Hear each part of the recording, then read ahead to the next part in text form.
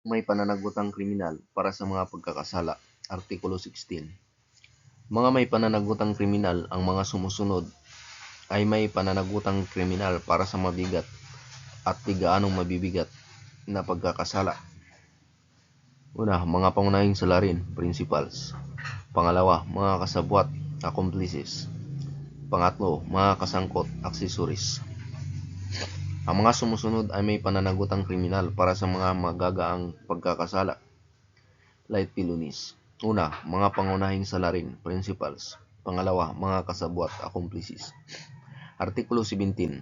Mga pangunahing salarin. Ang mga sumusunod ay tinuturing na mga pangunahing salarin, principals. Una, yaong mga may tuwirang bahagi, direct part, at pagpapatupad ng kilos. Pangalawa, yaong mga tuwirang pumirsa o manghikayat sa iba na gawin ito. Pangatlo, yaong mga nakipagtulungan sa paggawa ng pagkakasala sa pamamagitan ng isa pang kilos na kung wala ito ay hindi sana may sa katuparan ang krimen. Artikulo 18. Mga kasabwat. Ang mga kasabwat, accomplices, ay mga tao na hindi kabilang sa Artikulo 17 ay nakipagtulungan sa pagpapatupad ng pagkakasala sa pamamagitan ng mga nauna o sabay na kilos, simultaneous acts. Artikulo 19. Mga kasangkot. Ang mga kasangkot, accessories, ay yaong sa kabila ng pagkakaroon ng kaalaman sa paggawa ng krimen at hindi nakilahok doon bilang mga pangunahing salarin o kasabwat, ay nakibahagi pagkatapos itong magawa subsequent to its commission sa alinman sa mga sumusunod na paraan. Una, sa pamamagitan ng pagpapakinabang sa kanilang sarili o pagtulong sa salarin na makinabang sa mga bunga o epekto ng krimen. Pangalawa, sa pamamagitan ng pagtatago o pagsira sa ebidensya o katawan ng krimen, body of the crime, corpus delicti, o ang mga epekto o kasangkapan nito upang maiwasan itong matuklasan.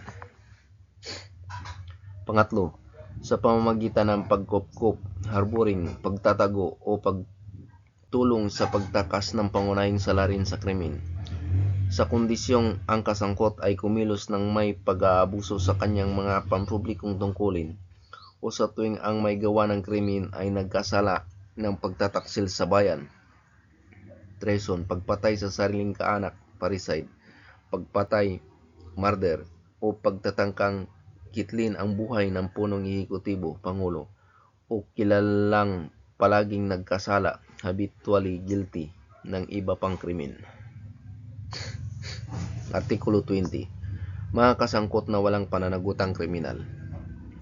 Ang mga parusang itinakda para sa mga kasangkot, accessories, ay hindi ipapataw sa kanila kung ang tinutulungan nila ay ang kanilang asawa, mga magulang, mga anak, inapo, mga lehitimo, natural at inampong kapatid o mga kamag-anak sa kasal, affinity. Sa parehong antas, maliban na lamang sa isang pagbubukod, ang mga kasangkot na pasok sa mga tadhana ng talata 1 ng naunang artikulo, iyon ay kung pinakinabangan nila ang bunga ng krimen.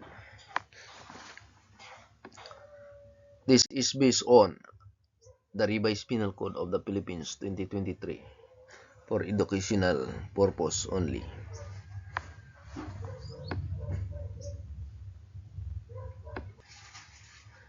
Ang bidyong ito ay para sa kaalamang pang-edukasyon lamang. Ang opisyal at kinikilalang bersyon ng batas ay nanatiling nasa wikang Ingles.